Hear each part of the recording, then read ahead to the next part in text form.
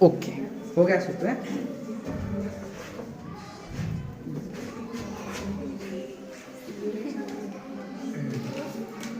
हाँ तो ठीक है, इसका शुरुआत तो कर ही देते हैं। धीरेन्द्र सर ऑफिशियल में आप सभी का स्वागत है और आज हम महत्वपूर्ण व्याख्या पढ़ेंगे एक ही वीडियो में। ये क्लास से वीडियो रिकॉर्ड हो रहा है तो ये क्लास में ही बैठे बच्चे एंड में दिखाऊंगा मैं, ठीक है। और शुरू करते हैं व्याख्या। तो चलिए, तो व्याख्या एक साथ कैसे, देखो पहले चैप्टर की व्याख्या तो इसमें प्लेलिस्ट में है, आत्म परिचय, उसमें देख लेना। और बाकी जो इतनी इंपॉर्टेंट है वो आज डिस्कस कर रहे हैं। मैं कैमरा पे ज्यादा नहीं देखूंगा, बस यहाँ पढ़ाऊंगा, इन लोगों को थोड़ा सा ऑब्जर्व करेंगे, है ना। तो चलिए शुरू करते हैं। मैं दिख रहा हूँ, मैं इसमें दिख रहा हूँ, ठीक, हाँ। ये बहुत कम बना है ना इसमें वीडियो, एक दूसरा वीडियो है शायद। मैं इधर आ जाऊँ बस, अच्छा ठीक है। तो चलिए व्याख्या शुरू करते हैं। तो व्याख्या में सबसे पहली हेडिंग बनती है संकेत। क्या बनती है? संकेत। मूलतः पूछता तो नहीं है पर बता दो क्या जाता है कि कविता जैसे संकेत बनाना हो तो शुरू से एक दो शब्द उठा लो और लास्ट से ऐसे एक दो शब्द उठा लो। तो हमने क्या बोला कि जैसे संकेत बनाना तो लिख दो कविता एक और डैश डैश डैश डैश बच्चा ही जाने। क्या है? बच्चा ही जाने, ठीक है, बच्चा ही जाने। तो अब ये संकेत बन गया। नंबर यहां मिलते हैं आपको संदर्भ के। किसके? संदर्भ के। ये सबसे महत्वपूर्ण होता है। अगर ये गलत लिख दिए तुम तो ये समझो नंबर कटेंगे। बाकी आगे कितना भी सही लिखा हो कोई फर्क नहीं पड़ने वाला। कोई संदर्भ ही चेक करके वो कहेगा भाई इसको यही नहीं पता कि पंक्तियां कहां से ली गई हैं, कौन रचयिता है, तो वो तो सीधे गलत कर देगा आपको, पूरी मेहनत पानी में गई। सो तो सबसे इंपॉर्टेंट क्या होगा कि आपको ये पता होना चाहिए ये पंक्ति कहां से ली गई हैं और इसके रचयिता कौन है। तो प्रस्तुत पंक्तियां हमारी पाठ्य पुस्तक आरोह भाग 2, घोंट लो इस लाइन को, क्या कहोगे कि प्रस्तुत पंक्तियां हमारी पाठ्य पुस्तक भाग 2, हमारी पाठ्य पुस्तक आरोह भाग 2, आरोह भाग 2। अब ये याद रहे कि नहीं रहे, भाग 2 है, आरोह तो याद रखनी पड़ेगी कि हाँ कविता के बहाने। चैप्टर का नाम क्या है? कविता के बहाने नामक पाठ से अवतरित है, पाठ से अवतरित है, जिसके रचयिता कुंवर नारायण जी हैं, जिसके रचयिता कुंवर नारायण जी हैं। कुंवर नारायण जी याद रखिएगा, कौन है? कुंवर नारायण जी हैं। ठीक हो गया। संदर्भ सही लिखाओ, सटीक लिखाओ, आपका 1 से 1.5 अंक पूरा हो जाता है। फिर बनता है प्रसंग। क्या बनता है? प्रसंग। अब प्रसंग की मूल संकल्पना कहां से आती है? प्रसंग में हमें वो बताना होता है जो ये पंक्तियां बता रही हैं, समरी शॉर्ट में, कि संक्षिप्त में बताइए कि इसमें क्या बताया गया है। ये पढ़ना पड़ेगा ना, तभी तो बता पाओगे क्या बता रहा है। तो इस पंक्तियों में, अभी पढ़ूंगा मैं तो डायरेक्ट बता देता हूं कि इन पंक्तियों में कविता की तुलना बच्चे से की गई है। कि प्रस्तुत पद्यांश में, ये तो लिखना कैसे लिखोगे मैं बोल रहा हूं, सुनो, लिखूंगा थोड़ा कम बोलूंगा कि प्रस्तुत पद्यांश में कविता की तुलना बच्चों से की गई है। किससे की गई है? बच्चों से की गई है। क्लियर हो गई?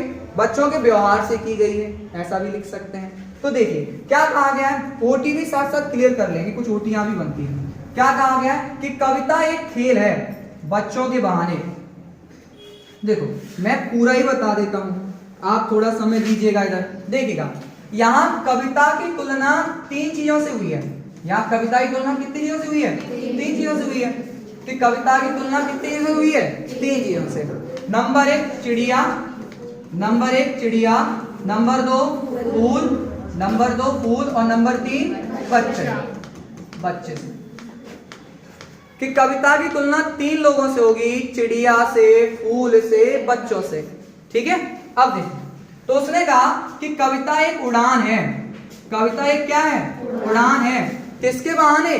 चिड़िया के बहाने। कविता एक क्या है? उड़ान है। किसके बहाने? चिड़िया के बहाने। कभी इस घर, कभी उस घर, कभी बाहर, कभी भीतर। सुनो, जिस प्रकार से चिड़िया पंख लगाकर उड़ती है उसी प्रकार से हमारी कविता भी पंख लगाकर उड़ती है, लेकिन कविता कल्पना रूपी पंख लगाकर उड़ती है। जिस प्रकार से चिड़िया पंख लगाकर उड़ती है, वैसे ही कविता भी पंख लगाकर, कल्पना रूपी पंख लगाकर उड़ती है। जिस प्रकार से चिड़िया हर जगह पहुंच जाती है, वैसे ही कविता भी हर स्थान पर पहुंच जाती है। परंतु चिड़िया कविता का मर्म नहीं जान पाती। चिड़िया कविता का मर्म नहीं जान पाती। क्यों? क्योंकि चिड़िया की उड़ान कैसी है? सीमित है। चिड़िया की उड़ान कैसी है? सीमित है। वहीं कविता की उड़ान कैसी है? असीमित। भाई कविता तो कहीं भी पहुंच सकती है, कविता रचने वाला कवि कहीं भी पहुंच सकता है। मैंने आपको शायद कक्षा में बताया क्लास में कि एक बार कवि महोदय थे, वो अपनी कविता में मगन गुनगुनाते हुए जा रहे थे रास्ते में, और एक गटर आया और धड़ाम से नीचे गटर में चले गए। अब जब वो गटर में चले गए तो पावर ऑफ पॉजिटिविटी देखिए कवि महोदय की। वो कहते हैं अरे वाह, जहां ना पहुंचे रवि वहां पहुंचे कवि, कि जहां सूर्य देवता नहीं पहुंच सकते वहां मैं पहुंच सकता हूं। तो जहां कवि पहुंच सकता है तो कविता भी पहुंच सकती है। सही कि नहीं सही है? तो इसीलिए कि कविता की उड़ान कैसी है? असीमित। और चिड़िया की उड़ान कैसी है? सीमित। तो कविता चिड़िया का मर्म जान पाई ना, तो कविता का चिड़िया से कंपैरिजन होगा, क्योंकि चिड़िया की उड़ान सीमित है और कविता की उड़ान असीमित है। कैसे पंख लगाकर उड़ती कविता? कल्पना रूपी पंख लगाकर उड़ती है। कविता तो एक खिलना है। कविता तो एक क्या है? खिलना है। किसके बहाने? फूलों के बहाने। कि जिस प्रकार से फूल खिलते हैं, चारों ओर सुगंध फैलाते हैं, अपनी मनमोहक सुगंध फैलाते हैं, वैसे ही कविता भी फूलों की भांति खिलती है और चारों ओर अपनी सुगंध फैलाती है। कभी इस घर, कभी उस घर, कभी बाहर, कभी भीतर। जैसे हर स्थान पर फूल पहुंच जाते हैं, वैसे ही कविता भी हर स्थान पर पहुंच जाती है। पर कविता का मर्म फूल क्या जाने, पर कविता खिलना भला फूल क्या जाने। क्यों सर? क्योंकि फूल तो एक सीमित समय तक ही तो खिलते हैं। फूलों की तो सुगंध एक सीमित समय तक ही तो होती है, बाकी बात तो मुरझा जाते हैं। सही है कि नहीं सही है? लेकिन हमारी कविता कभी मुरझाएगी? अरे एक बार कविता लिख गई तो जीवन पर्यंत महकती रहेगी। महकती रहेगी नहीं रहेगी? आनंद हमेशा प्रोवाइड कराएगी नहीं कराएगी? इसीलिए कविता का मर्म फूल भी नहीं जान पाते। तो कविता किसकी तरह खिलती है? फूलों की तरह। कविता किसकी तरह उड़ती है?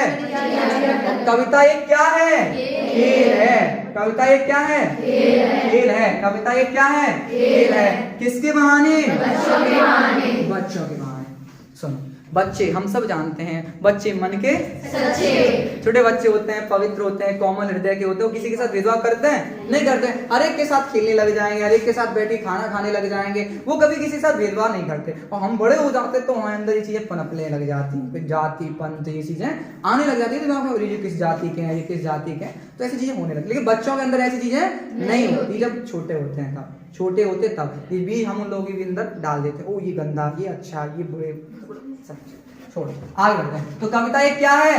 खेल है। किसके बहाने? बच्चों के बहाने। बच्चों के बहाने। कि जिस प्रकार से बच्चे खेल खेलते हैं, ऐसी कविता भी एक क्या है? खेल है। कविता भी क्या है? एक खेल है। और क्या कहते हैं? बाहर भीतर यह घर वह घर, सब घर एक कर देने को माने।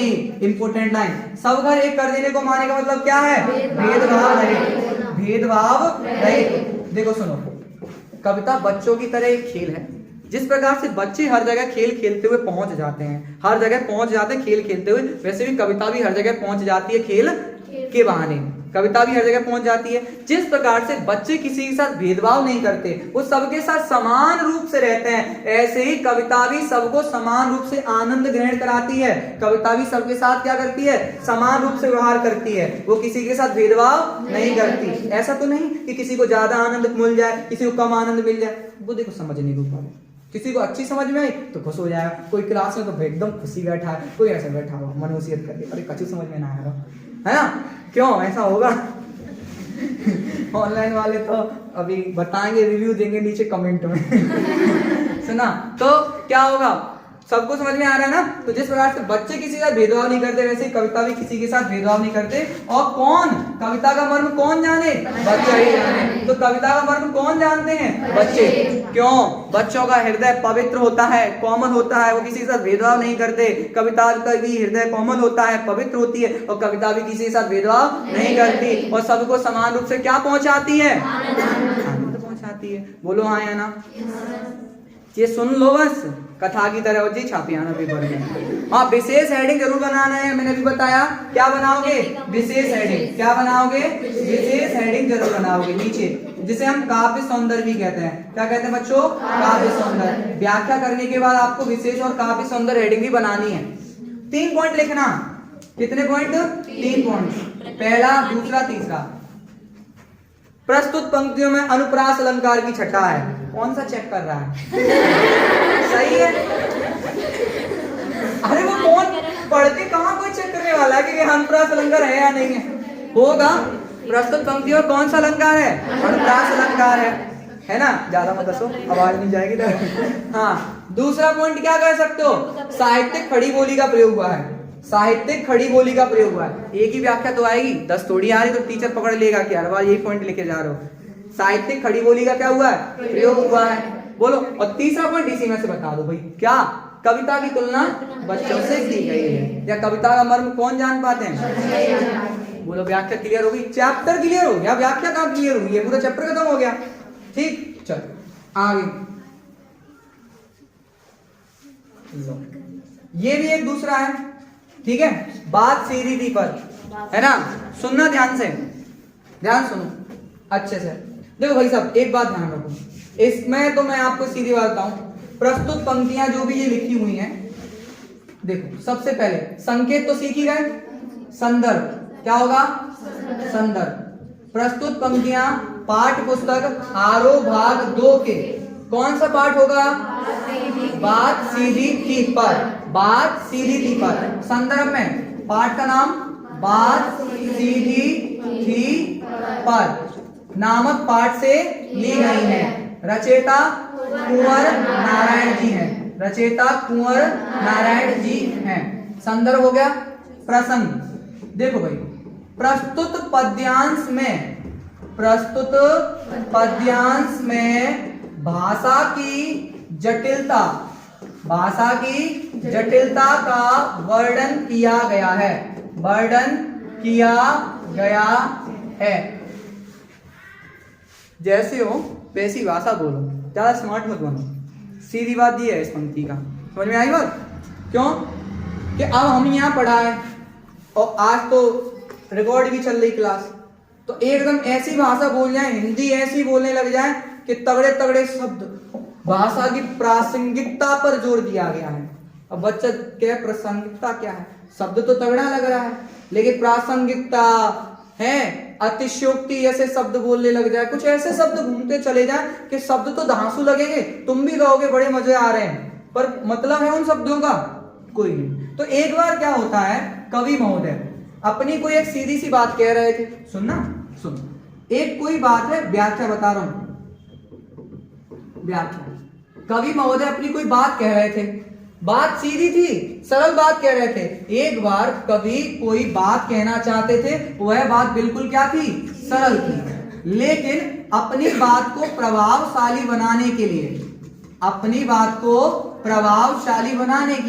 तुम गांव में गई और तुमने कहा तुम तो शहर से आए, how are you, what do you do, मतलब ऐसा कुछ बोलने लग जाओ, और फिर थोड़ी देर बाद तुम्हारा अंग्रेजी का संकलन खत्म होगा कि नहीं होगा? क्या कितनी बार how are you, what do you do, क्या फिर सीधे आ जाओगे देहात पर, फिर बेइज्जती होगी कि नहीं होगी? हाँ, फिर बेइज्जती होगी कि नहीं होगी? क्या हाँ, वाल तो बड़ी अंग्रेजी फर्क रही थी तुम, अब कहाँ गई का अंग्रेजी? फिर तुम 1 ड्रॉप साइंस सुनाने लग जाओगे, हैं? तो होगा गड़बड़ की नहीं होगी? इसीलिए तो कह रहे हैं कि बात तो सरल थी, लेकिन अपनी बात को प्रभावशाली बनाने के लिए उन्होंने क्या किया? कठिन भाषा का प्रयोग किया। किसका प्रयोग किया? कठिन भाषा का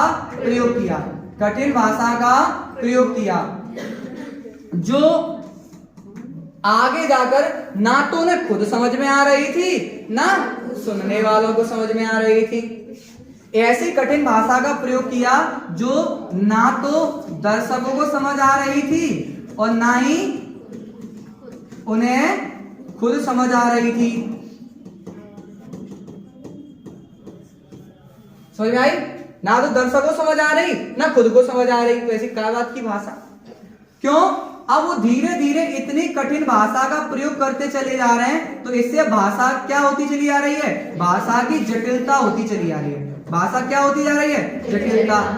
अब वो कोशिश करते हैं कि या तो मेरी बात बन जाए, जो मैं बात कह रहा हूं बात बन जाए, या मैं इस भाषा के चंगुल से बाहर निकल आऊं, भाषा के चंगुल से बाहर निकल आऊं। इस भाषा के चंगुल से बाहर निकलने के लिए कई बार मैंने क्या किया, मैंने उस भाषा को क्या किया, उल्टा पलटा, तोड़ा मरोड़ा, घुमाया फिराया, या तो मेरी बात बन जाए या भाषा के चंगुल से बाहर आ जाऊं। मैंने लोकोक्ति बोली, मैंने मुहावरे बोले, मैंने वाक्यांश बोले, कई ऐसे शब्द बोले कि या तो मेरी बात बन जाए या इस भाषा के चंगुल से बाहर निकल आऊं। लेकिन मैं इस भाषा के चंगुल से बाहर निकलने की बजाय क्या करता चला जा रहा था, बात को और पेचीदा करता चला जा रहा था। इससे मेरी बात और भी क्या हो गई, पेचीदा यानी कठिन हो गई। मतलब सीधी बात, कंक्लूजन ये है, ज्यादा मतलब ऐसा रटना फटने का चक्कर हटाओ, तो सीधी बात यही कह देना कि लेखक अपनी बात को प्रभावशाली ढंग से प्रस्तुत करना चाहता था, प्रभावशाली ढंग से प्रस्तुत करना चाहता, उसने कठिन भाषा का प्रयोग किया।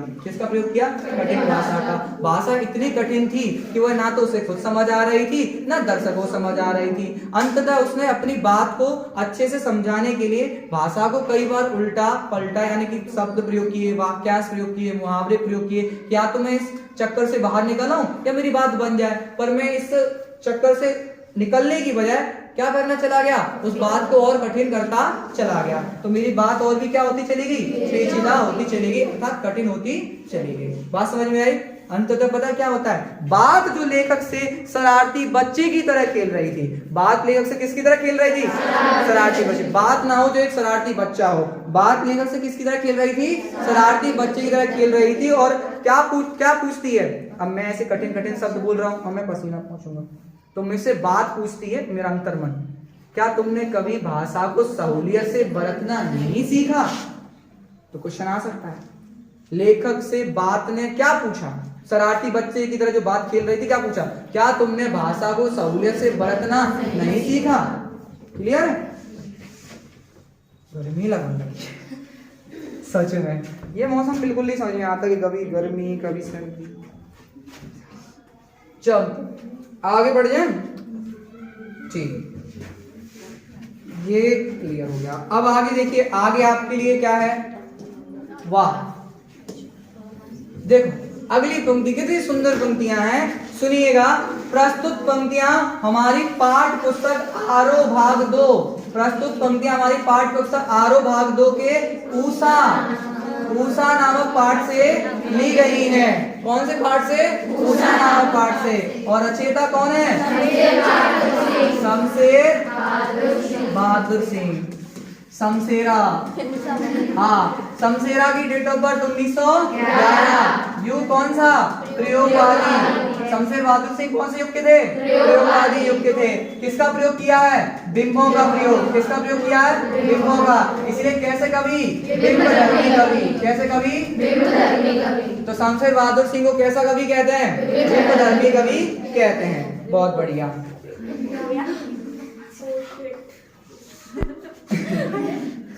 चमत्कारिक बोर्ड ने चमत्कार दिखाया।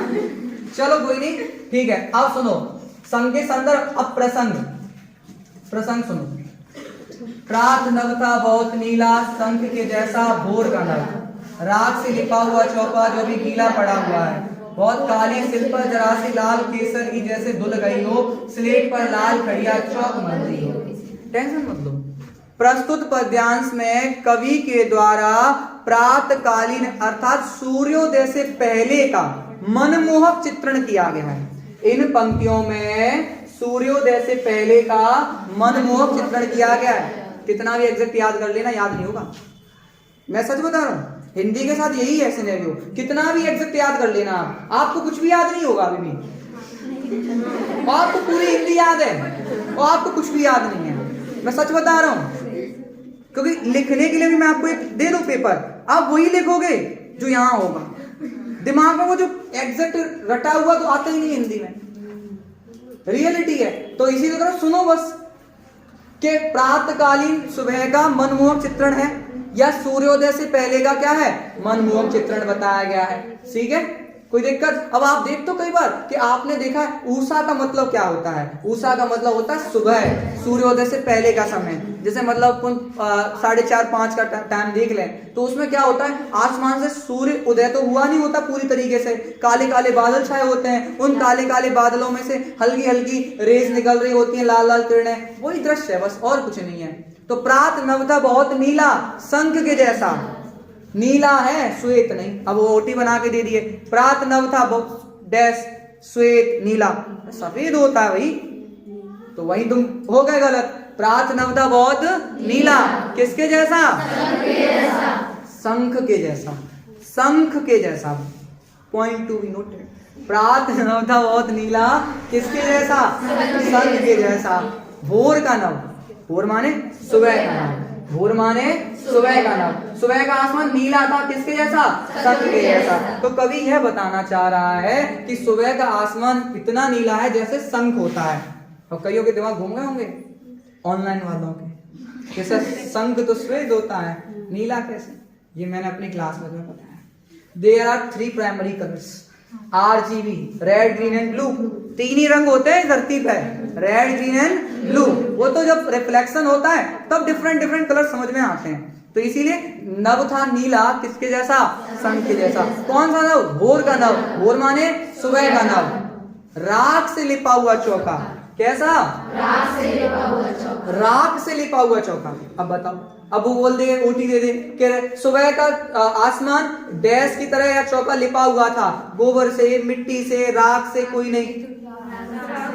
तो कोई जो पहली बार पढ़ रहा होगा वो तो सोचेगा यार मिट्टी या गोबर, गांव में अक्सर मिट्टी गोबर से घर लीपे जाते हैं, बावला हो गया कौन रेख से। पर उसे ये नहीं पता कि वो सुबह जो आसमान होता है ना, उसमें जो बादल होते हैं वो ऐसा लगता है कि रेख सी बिखरी हुई है। प्रात नभ था नीला, शंख के जैसा, भोर का नभ राख से लिपा हुआ चौका। तो चौका किसकी तरह लग रहा है? राख से लिपा हुआ चौका, जो अभी कैसा पड़ा है? नीला। अर्थात अभी नमी, अभी वातावरण में क्या छाई हुई है? नमी छाई हुई है। गीला शब्द क्या इंगित कर रहा है? नमी। सुबह नमी होती है, ओस बिखरी रहती है कि नहीं रहती? बहुत काली सिल पर, ऐसा लग रहा है बहुत काली सिल पर, इतने घने काले बादल हैं, ऐसा लग रहा है उन काले बादलों में से जब सूर्य की लाल किरणें निकल रही है तो ऐसा लग रहा है कि बहुत काली सिल पर जरासी लाल केसर धो दी हो या मल दी हो किसी ने, या बहुत काली स्लेट पर लाल रंग का चौक या लाल रंग का खड़िया किसी ने क्या कर दिया हो? मल दिया हो। काली स्लेट मतलब काले बादल, उसमें से निकलती हुई जो लाल किरणें हैं वो बता रहा है कि सूर्य की किरणें हैं, वो लाल कड़िया जैसी लग रही हैं। तो ये प्रातकालीन दृश्य बताया गया है। कोई दिक्कत किसी को? है ना। नीचे फिर वही विशेष हेडिंग, क्या विशेष हेडिंग? अनुप्रास अलंकार की छटा, शुद्ध साहित्य खड़ी बोली का प्रयोग, प्रकृति का सुंदर चित्रण। 3 पॉइंट हो गए, घबराना नहीं, हो गया। चलो अगला टॉपिक, अगली व्याख्या। हाँ, तिरती है समीर सागर पर, अस्थिर सुख पर दुख की छाया, जग के दर्द हृदय पर निर्दयी विप्लव की माया। भाई साहब सुनो, ये बादल राग चैप्टर का नाम क्या है? बादल राग। सुनिएगा, प्रस्तुत पंक्तियां हमारी पाठ्य पुस्तक आरोह भाग 2, कौन सा?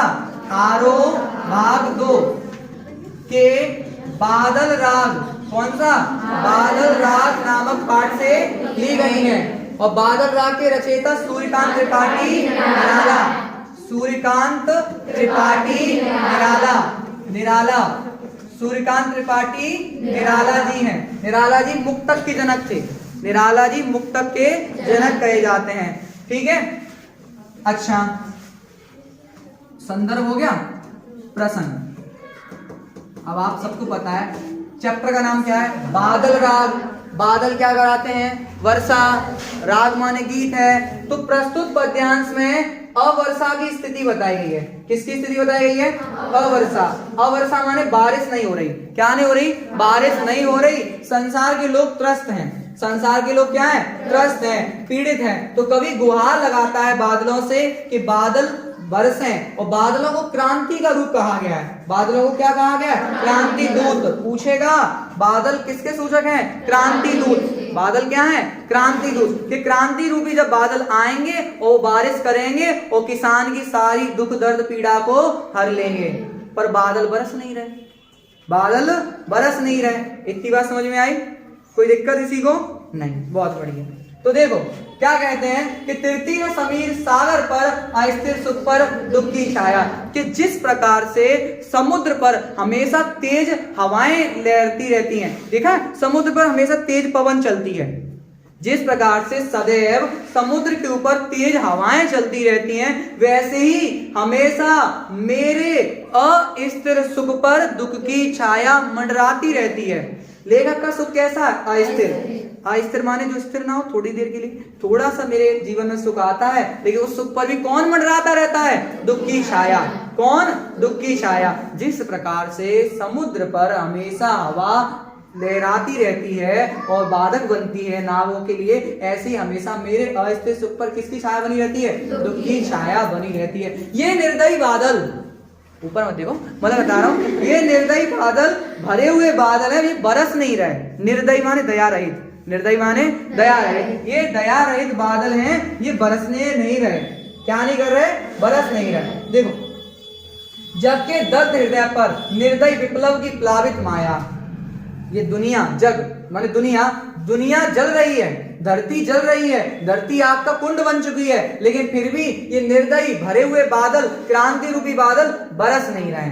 मैं जो कह रहा हूं कोई लिखना, ठीक है? हाँ, ये भरे हुए बादल बरस नहीं रहे, इन्हें दया नहीं आ रही हमको, भरे हुए बादलों को हम पर दया नहीं आ रही। यह रण तरी भरी आकांक्षाओं से, ये मेरी रण माने युद्ध रूपी नौका इच्छाओं से भरी हुई है। मेरी ये नौका जो है वो इच्छाओं से भरी हुई है, पर क्या करे, इस पे भी मंडरा रहे हैं बादल, बरस नहीं रहे। यह मेरी नौका इच्छाओं से भरी हुई है, पर वो बरस नहीं रहे बादल। अब क्या होता है? अब बादल गरजते हैं। अब बादल क्या होते हैं? गरजते हैं। घनबेरी गर्जन से, घनबेरी गर्जन से, बादलों की घनघोर गर्जना को सुनकर, बादलों की घनघोर गर्जना को सुनकर सोया हुआ अंकुर भी जाग गया है। छोटा सा बीज, छोटा सा नन्हू सा बीज भी क्या कर रहा था? वो मर गया। मुझे कहा मैं नहीं, अब बचने वाला नहीं। क्यों? बहानी वर्षा नहीं, लेकिन जब उसने सुना कि बादल गरज रहे हैं, तो उसे भी लगा नवजीवन की आशा। उसे भी क्या लगा? नवजीवन की आशा में, कि अब तो शायद बारिश हो जाएगी, बच जाऊंगा। भयाते इंसान को लगे नेगू कि अरे भैया बच सकते हैं, तो वो तो कहता है बच ही जाओ। कौन मरना चाहता आज की दुनिया में है? नहीं, बचने का भरसक प्रयास करता है हर एक इंसान। ये तो कहते हैं लोग, मौत आ जाए तो हम स्वीकार कर लेंगे, सब कहने की बात है? सब बचने का हर संभव प्रयास करते हैं कि हम तो 100 जी के जाएं। नहीं, 100 जीना कोई अच्छी बात नहीं, आजकल एक्सपायरी डेट कम हो गई है, और कम ही ठीक है। धरती पर ज्यादा नहीं, कम में ठीक है, वरना क्या क्या देखना पड़ेगा, है ना? तो कहता है कि घनबेरी गर्जन से सजग सुप्त अंकुर, सुप्त माने सोया हुआ बीज भी जाग गया है। सोया हुआ बीज भी क्या हो गया है? जाग गया है। क्या सुनकर? बादलों की घनघोर गर्जना को सुनकर। और पृथ्वी के हृदय से, पृथ्वी के हृदय को चीरकर ऊपर की ओर देख रहा है, नवजीवन की आशा में। किसकी आशा में? नवजीवन की आशा में, कि भैया मुझे नया जीवन मिल जाएगा, बादलों अब तो बरस जाओ। अपने भिंड मुनैना का तो गाली देता कि बरस जाओ नालायको, हैं? तुम लोग ही कमेंट करके बताना तुम किस जिले से हो। हम तो है ही यहीं से मुरैना वाले हैं। नवजीवन की आशा में, है ना, ताक रहे हैं विप्लव के बादल। विप्लव माने क्रांति रूपी बादल, एक क्रांति रूपी बादल हम तुम्हें ताक रहे हैं, अब तो बरस गया। ठीक है, क्लियर हो गया? विशेष हेडिंग क्या लिखोगे? अनुप्रास अलंकार, मुक्तक छंद। इसमें मुक्तक छंद लिख देना। क्या लिख देना? मुक्तक छंद। और प्रकृति का वर्णन, प्रकृति का वर्णन। आया ना? बहुत बढ़िया। अट्टालिका नहीं है रे आतंक भवन, ये सही चल रहा है?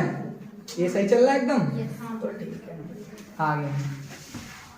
तो मैं पानी पी लेता हूँ पता चला जब वीडियो के चक्कर में पानी नहीं पिए।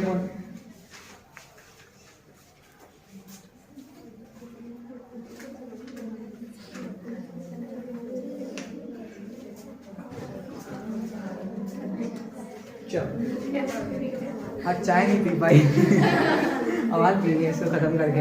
हाँ सुनो, अट्टालिका नहीं है रे आतंक भवन। ठीक है, सुनो, आज की दुनिया में एक सी बहुत देखी जाती है कि जब इंसान को लगता है ना कि किसी का शोषण करना है, कर ले, करता ही है। शोषण करने वालों की कमी नहीं है, समझ में आया? उसे अपना फायदा निकालना है। उसे पता है अगर मेरा फायदा किसी व्यक्ति को, निर्बल, दुर्बल, कमजोर को अगर सताने से मेरा फायदा हो रहा है तो सताएगा, पक्का है। सही है ना? तो यही है, किसान के खेतों में बारिश तो हुई नहीं, तो किसान अब मजदूरी करने आएगा अमीरों के यहाँ, और अमीर उसका क्या करेंगे? शोषण, काम करवाएंगे, जिसके पैसा देंगे नहीं। अब हुआ क्या? अब बारिश होगी तेज, बादल गरजेंगे, अब ये अमीर डरेगा कि अब ये किसान अगर मेरा घर छोड़ के गया तो मैं क्या करूंगा? अब है ना, तुम्हें ठौर बैठे, मई ठौर पे मिल रही थी रोटी खाए, और अब ठौर पर रोटी नहीं मिले, तुम्हें खुद बनानी पड़े, कितना बड़ा दुख होए, बहुत बड़ा दुख है नहीं? तो वही तो चीज यहाँ पे है कि अट्टालिका नहीं है रे, आतंक भवन। ये अट्टालिका माने ऊंचे ऊंचे घर। आज जो ऊंचे ऊंचे अमीरों के घर हैं, वे क्या बन गए हैं? किसमें बदल गए हैं? आतंक भवन, कलेश, कलह हो गया है। ये समझो डर रहे हैं, ओ मैया अब का होगा। बादलों की भंगुर गर्जना हुई, जैसे मुंह उसमें नाटक हो ना, तड़कड़ तड़कड़ ढूंढता है, हाँ, ऐसे घनघोर जब बादलों की गर्जना हुई, उस घनघोर गर्जना को सुनकर ये अट्टालिका किसमें बदल गए हैं? आतंक भवन में। आतंक भवन माने जिस घर में क्या हो गया हो? कलेश, जिस घर में हाहाकार मच गया है। अब अमीरों के घर में क्या मच गया है? हाहाकार, कि अब का होगा, जो छोड़ के चले जाएंगे हम तो दिक्कत में पड़ जाएंगे, है ना? क्यों? याद रखो, क्योंकि हमेशा ही बुराई पर किसकी जीत होती है? अच्छाई की। सदा पंख पर नहीं होता, हमेशा कीचड़ में कौन खिलता है? कमल खिलता है। बुराई पर हमेशा अच्छाई की जीत होती है। कब तक आप सताओगे? एक दिन तो जरूर समय बदलेगा कि जब अपना टाइम भी आएगा। तुम्हारा टाइम आएगा पक्का। देखो रिजल्ट वाले दिन कह देना, जिन जिन ने तुम पर उंगली उठाई थी, जिन जिन ने तुमको सताया था, उस दिन जिस दिन रिजल्ट आएगा समझना गया, देखो अपना टाइम आएगा। हाँ, और भाई साहब फिर उनको बाद में जाकर, अंकल जी आपकी बेटी का क्या हुआ? मेरी तो 90 आई है। अंकल जी अच्छा कोई नहीं, हमने शाम को कल पार्टी रखी है, तो आया ना। बेटा क्या हो रहा है? वो कुछ नहीं, सुंदरकांड करा रहे हैं, वो मम्मी ने बोला था मेरी परसेंट बन जाएगी, बन गई। तो देखो कितना वही है, तो है ना? नई दिक्कत हो तो बता देना, टीजे वीजे लगवा देंगे। सही है, क्या है इस दुनिया में? दो ही काम, के जलो के जलाओ, है कि बुझो के बुझाओ। या तो खुद बुझो या दूसरों को बुझाओ, है ना? खुद को बुझना नहीं है, खुद की भले कम आए तो भी स्वैग है। कम है, पढ़े नहीं थे और क्या है, आई कम तो आई, पढ़े ही नहीं थे। सही है, पढ़ोगे तो आएगी, है? सुनो, तो हमेशा ही कीचड़ में कौन खिलता है? कमल। तो बुराई पर हमेशा क्या होती है? अच्छाई की जीत होती है। क्यों? आवाज रखना, सॉरी आवाज मत रखना, ये गड़बड़ हो जाती है। आज ये वीडियो कितना लेंथी होने वाला है। बस बेटा तुम टेंशन मत लो, तुम सीखते रहो। हैं हाँ, ये तो बेकार लोग हैं। ठीक है, सुनो आगे। ये लोग टेंशन में ज्यादा है, एग्जाम चल रहा है, एग्जाम के दौरान बहुत ज्यादा स्ट्रेस होता है, तो स्ट्रेस रिड्यूसिंग क्लास लगती तो है ना, स्ट्रेस मैनेजमेंट। हाँ सुनो, आपने देखो कमल जो होता है, कमल का जो पत्ता होता है, उस पर पानी की बूंद गिरती है तो वो एक भी बूंद धारण नहीं करता, वो उसको सबको कीचड़ में ही समर्पित कर देता है। समर्पण, त्याग, यही तो करता है हमारा देश का किसान। सही है ना? तो भगवान उसकी सुनेगा कि नहीं सुनेगा? जरूर सुनेगा। तो वही कहते हैं कि सदा झलकता नीर, रोग शोक में भी हंसता है, शैशव का सुकुमार शरीर। हमारे देश का किसान जो है, कृषक है, वो उसी प्रकार हंसता है जैसा अगर कोई छोटे बच्चे होते ना, छोटे बच्चे वो कितने भी दुख में हो, कितनी पीड़ा में हो, उनका कितना भी शरीर तप रहा हो, फिर भी वो हंसते हैं। हंसते रहते कि रहते हैं? जिस प्रकार से सुकुमार माने कोमल, सुकुमार माने क्या होता है? कोमल। जिस प्रकार से कोमल शरीर वाला बच्चा रोग दोष में भी हंसता है, वैसे ही हमारे देश का किसान भी कितनी भी पीड़ा क्यों ना हो, उसमें भी अपने आप को बनाए रखता है और खुश रहता है, परोपकार में लगा रहता है। समझ में आया? पर एंड में स्थिति इतनी खराब हो जाती है तो कभी तो ये कहने लग जाते हैं कि भैया अब तो बरस जाओ, है?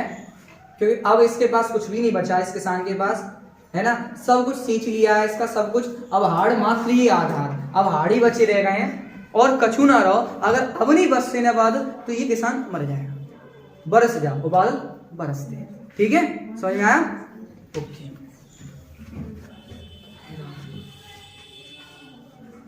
लो ये है तुलसी बाबा। 2 साल 1-2 साल से तुलसी बाबा को नहीं पूछ रहा है, तो इस बार तुलसी बाबा को पूछ ले कि प्रस्तुत पंक्तियां हमारी पाठ पुस्तक आरो भाग 2 के, सुनो सुनो, यहाँ रुक जाओ, यहाँ रुक जाओ, यहाँ रुक जाओ, यहाँ गड़बड़ हो जाएगी। आरो भाग 2 के कवितावली, कौन सा? कवितावली नामक पाठ से ली गई है, जिसके रचयिता तुलसीदास जी हैं। कौन है? तुलसीदास जी। संदर्भ क्लियर? प्रसंग प्रस्तुत पद्यांश में क्या हुआ देवियां? हैं? पढ़ लो नहीं पढ़ लो। हाँ, प्रस्तुत पद्यांश में यहाँ पर देखिए जाति पात पर प्रहार किया गया है। तुलसीदास जी ने किस पर प्रहार किया है? जाति पर, है ना। जब तुलसीदास की जाति पर प्रश्न लगाया गया, तुम कौन जाति के हो? हम कऊ जाति के हैं, हम गुलाम राम जी के, और जो गुलाम होते हैं उनकी कोई धर्म जाति नहीं होती। बोलो सही है ना? हम तो राम जी के गुलाम हैं, हम तो उनके दास हैं। सही है? हम भी उनके दास हैं जिनकी भैया सब पे कृपा हो। सही है कि नहीं? सही है। राम जी की तो भैया सब पे कृपा हुई है ना, और हो भैया सब पे कृपा हो, मेरे पे भी हो जाए थोड़ी सी, है ना।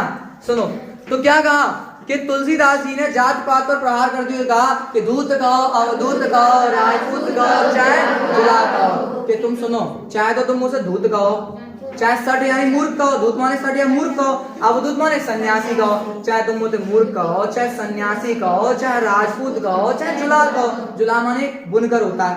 कछुआ कहो, कछुआ कहो, काहे कि काऊ की बेटी सो बेटा ना ब्यावन, कि मोए अपने बेटा की शादी तो करनी ना कहू की मोनी सो मैं कहू की जाति बिगाड़े वो, क्या मैं गुलाम हूं तो मैं कहू वाले गुलाम बना दूं। तुलसीदास कहते हैं मुझे अपने बेटे की शादी तो करनी नहीं है किसी की बेटी से, सो किसी की जाति बिगाड़ूंगा मैं, हैं?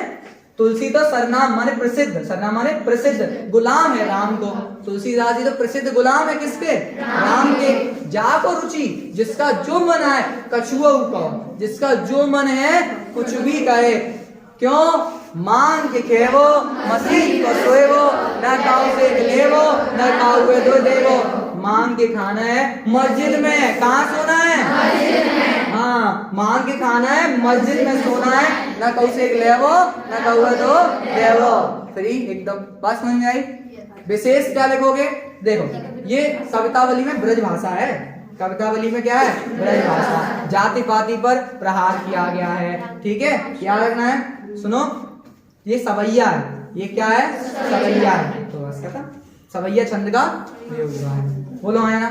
देखो एक लाइन सुनो, जिस प्रकार से उपमा अलंकार में कालिदास को विशिष्टता प्राप्त है, उसी प्रकार से साम रूपक अलंकार में तुलसीदास जी को महिमा प्राप्त है। तो पूछ ले तुलसीदास जी किस अलंकार में सबसे प्रमुख माने गए हैं? साम रूपक। साम रूपक अलंकार वह होता है जहाँ एक से अधिक रूपक का प्रयोग किया जाता है। कि किसी भी किसान कुल बने के भिखारी बाट चाकर चप्पल नट चोर चार चेटकी, पेट को पड़त है गुण गड़त है चढ़त गिरी।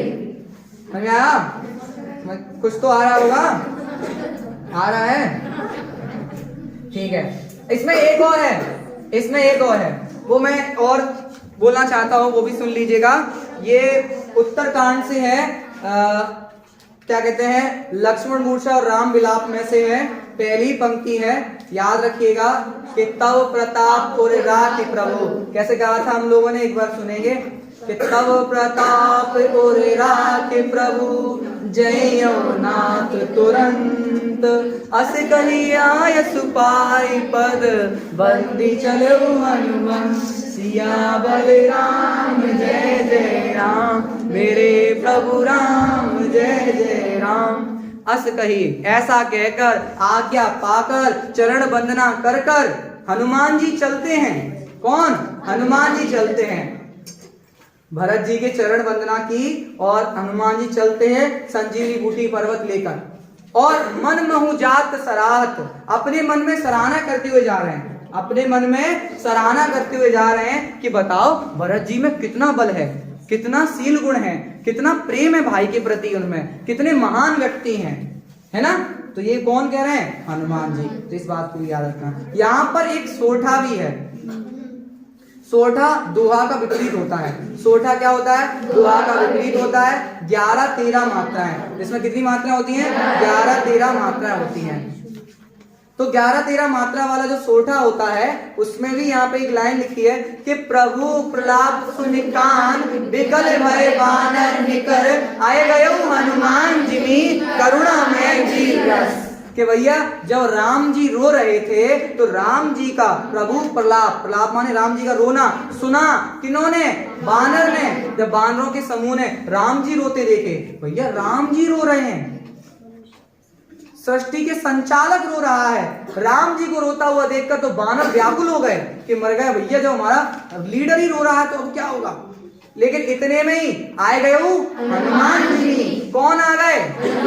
हनुमान जी आ गए और करुणा में रस किसमें बदल जाता है? भैया जहां करुण रस व्याप्त हो गया था, शोक व्याप्त हो गया, वहां क्या हो गया? वीर रस व्याप्त हो गया, है ना? समझ में आया? इसीलिए हनुमान जी बहुत महान पर्सनैलिटी है। सही है कि नहीं? सही है। क्यों? हनुमान जी भगवान के कार्य करते हैं। राम काज करवे को आतुर, प्रभु चरित सुनवे को रसिया, है ना? राम जी के कार्यों को आतुर कौन रहते करने के लिए? हनुमान जी। और देवता चित्त न धरई हनुमत से सर्व सुख करई। और देवता थोरू नाम ने हनुमान जी हो जहां तो समझ में आया? तो इसीलिए हनुमान जी महान। ठीक है, बोलो बजरंगबली की जय।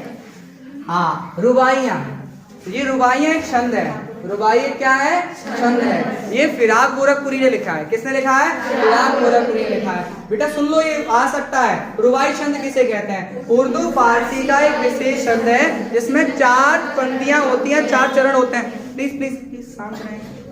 हाँ, उर्दू फारसी का एक विशेष छंद है जिसमें कितनी पंक्तियां होती हैं? 4। पहली, दूसरी और चौथी, पहली, दूसरी और चौथी पंक्ति में तुक या काफिया होता है। तुक होती है, तुक। देखो, बड़ी बड़ी बड़ी, तीनों एंडिंग कहाँ हुई है? बड़ी पे। पहली, दूसरी, चौथी में तुक है, एक ही जगह पे खत्म हुई है। तीसरी क्या होती है? स्वरछंद। तीसरी क्या होती है? स्वरछंद। यही होता है रुबाई छंद। ये क्या होता है? रुबाई छंद। किसने लिखा है? फिराक गोरखपुरी ने। किसने लिखा है? फिराक गोरखपुरी ने। फिराक गोरखपुरी जी का पूरा नाम क्या है? रघुपति सहाय फिराक। रघुपति सहाय फिराक। ठीक है, वात्सल रस है। क्या रस है यहाँ पे? गुले नगमा को लेकर साहित्य अकादमी सम्मान। फिराक गोरखपुरी की गुले नगमा को लेकर क्या मिला है? साहित्य अकादमी सम्मान मिला है। देखिएगा, यहाँ बच्चे को लेके माँ आंगन में खड़ी है, आंगन में लिए अपने चांद के टुकड़े को खड़ी। चांद का टुकड़ा कौन है? उसका बच्चा। माँ अपने चांद के टुकड़े अर्थात अपने बच्चे को आंगन में लिए खड़ी है और गोदी में उसे क्या कर रही है? झुला रही है। ओ ऐसा करके, हाँ, उसे झुला रही है। समझ में आया? उसे झुला रही और रह रहकर उसे क्या कर रही है? हवा में उछाल रही है। रह रहकर उसे क्या कर रही है? हवा में उछाल रही है। और बच्चा एकदम चिल्लाएगा। रियलिटी में तो बड़ा डर लग रहा होता है मोड़ा है कि आओ गाँव में, और वो हंस के अपनी डर कंट्रोल कर रहा होता है। यार बच्चों कितने होशियार के हंस के अपनी डर का कसरत है कंट्रोल। हंसो, जब डर लगे तो हंसो, है ना? तो अपने डर पे क्या किया जा सकता है? काबू। तो छोटा बच्चा हंसता है और उसकी हंसती हुई जो आवाज होती है, खिलखिलाती हुई हंसी चारों ओर गूंजने लगती है। उस हंसी को देखकर माँ की सारे दुख दर्द क्या हो जाते हैं? दूर हो जाते हैं, है ना? बस यही है। और लास्ट देख लेते हैं। हाँ, एक और रह गया। ओह, एक और रह गया। मास्टर क्लास लेना बहुत खतरनाक होता है। आंगन में ठुनक रहा है जिदी आया है धीरे। ओ ये भी सुनना है इसमें। हाँ, मुझे क्या, हम तो हैं यहाँ कि आंगन में ठुनक रहा है जिदी आया है। आंगन में एक मोड़ा है छोटो सो, वो 5 पीट रहा है, मुँह तक कुछ चाहिए चंदा खिलौना। अब देखो, ये पुराने बच्चे हैं, ये चांद मांग रहे थे खिलौना के तौर पे और आजकल आईफोन मांग रहा है कि उसे वो फायर फ्री या पबजी खेलना है ना? अरे सॉरी, हाँ हाँ, सही करने के लिए धन्यवाद। खेलती होंगी तुम लोग? नेवर। हाँ, चलो अच्छी बात है। हाँ, कोई नहीं, मनोरंजन के तौर पर आप अपने कार्य कर सकते हैं, कोई दिक्कत नहीं, थोड़ा हो, है ना? हाँ, सुनो, आंगन में बच्चा ठुनक रहा है, क्या मांग रहा है? चांद खिलौना, कि चांद चाहिए। मम्मी कितनी इंटेलिजेंट है, मम्मी कितनी इंटेलिजेंट है, उसके हाथ में दे रही है दर्पण, शीशा। देख आज धरती पर चांद उतर आया है, और दिखा दीजिए देखो आया, वो जी को आया। उसे खुद नहीं पता होता बचपन में कि ये कौन है, तो निहारता रहता कौन है ना? सही है ना? यही चीज है, छोटे बच्चों की अलग ही मिजाज होते हैं, बचपन में यही अलग है? बड़े हो जाते तो ऐसे पता नहीं घुग्गू से बन जाते हैं। छोटा मेरा खेत चकोना, देखो भाई, उमा शंकर जोशी, छोटा मेरा खेत चकोना किसने लिखा है? उमा शंकर जोशी। ये गुजराती कवि हैं। कैसे कवि हैं? सर ये तो हिंदी लिखी है, तो इसे हिंदी में किसी ना किसी ने बदला होगा। रघुवीर चौधरी, किसने बदला है? रघुवीर चौधरी जी ने बदला है इसे हिंदी में, ठीक है? तो इसमें आप एक चीज देख रहे हैं, प्रस्तुत पद्यांश में कवि कर्म को कृषि कर्म के समान बताया है। कवि कर्म को किसके समान बताया है? कृषि कर्म के, कि कवि का कर्म और कृषि का कर्म एक ही है। मतलब जो काम कृषि वाला करता है ना, खेत वाला, वही काम मेरा है। ऐसे कैसे? खेत में जाके देखो, पानी दे के पता चल जाएगा, हाँ? पता चल ही जाएगा, सही बात है। पर यहां बता रहा कि जैसे एक चौकोर खेत होता है, मेरा चौकोर पेज है। जैसे तुम बीज डालते हो, मेरे अंदर भी एक विचार रूपी बीज आता है।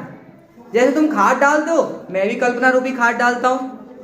खाद डालने के बाद बीज गल जाता है, मेरा भी विचार गल जाता है। बीज के बाद शब्द उसमें फसल आती है, मेरे शब्द रूपी अंकुर फूटने लग जाते हैं। सुनो कैसे काम। एक पेज है, पेज बोले तो खेत है, पेज बोले तो खेत, चौकोर खेत है ना? कागज का एक पन्ना, क्या बताया उसने? छोटा मेरा खेत चौकोना कागज का एक पन्ना है। जो छोटा खेत होता है वो क्या है मेरा? एक कागज का पन्ना है। कोई अंधड़ कहीं से आया, कोई आंधी कहीं से आई। कैसी आंधी? विचार रूपी आंधी। कैसी आंधी? विचार रूपी आंधी आई और क्षण का बीज वहां बोया गया। क्षण माने समय। कोई विचार रूपी आंधी आई और मैंने उसी समय रूपी बीज पे वहां बो दिया।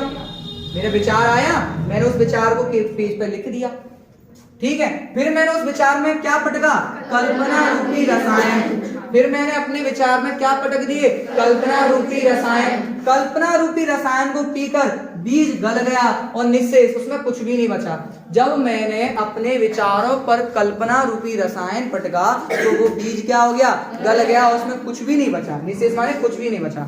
अब क्या होता है? अब फूटते हैं शब्द रूपी अंकुर। अब मेरे अंदर नए नए शब्द निकलते हैं। क्या निकलते हैं? शब्द। शब्द रूपी अंकुर फूटने लगते हैं। नए नए क्या आने लगते हैं? शब्द। यूटी आएगी। कैसे अंकुर फूटते हैं? शब्द रूपी अंकुर फूटते हैं। अब उसे नई, अब मेरी रचना एकदम नई हो जाती है। अब मेरी रचना किन किन नामों से जानी जाती है? अब मेरी रचना जानी जाती है किस किस नाम से? पल्लव, पुष्प, नामित हुआ विशेष, माने पत्ते और फूलों के विशेष नामों से मेरी रचना अब जानी जाएगी। बात समझ में आई? और ये मेरी जो रचना है वो क्या है? रस का अक्षय पात्र। रस का अक्षय पात्र मतलब जो कभी समाप्त नहीं होगी, ठीक है? क्योंकि देखो आपको पता है कटाई अनंता, इसमें एक शब्द आया कटाई अनंता। ये मेरी जो कविता जो तैयार हुई है ये अनंता है, क्योंकि अब ये कभी समाप्त नहीं होगी। लेकिन फसल तो एक बार तैयार होकर कट जाती है ना, उसका तो एक फिक्स एंड है। लेकिन रचना ये तो लिख गई, अब कोई एंड होगा इसका? नहीं है। तो ये क्या हो गई? समाप्त, ठीक है? और चैप्टर फर्स्ट की व्याख्या जो है वो वीडियो डला हुआ है, आत्म परिचय, तो वो तो आप देख लेंगे, ठीक है? और ये इंपोर्टेंट आपकी सारी व्याख्या करा दी मैंने एक वीडियो में, ठीक है? अब कैसा क्या लगता है कमेंट करके बताइएगा, ठीक है? और फिर अगले किसी मास्टर वीडियो में आपसे मिलते हैं, जल्दी मिलेंगे। तब तक के लिए धन्यवाद और बताना कैसा लगा वीडियो।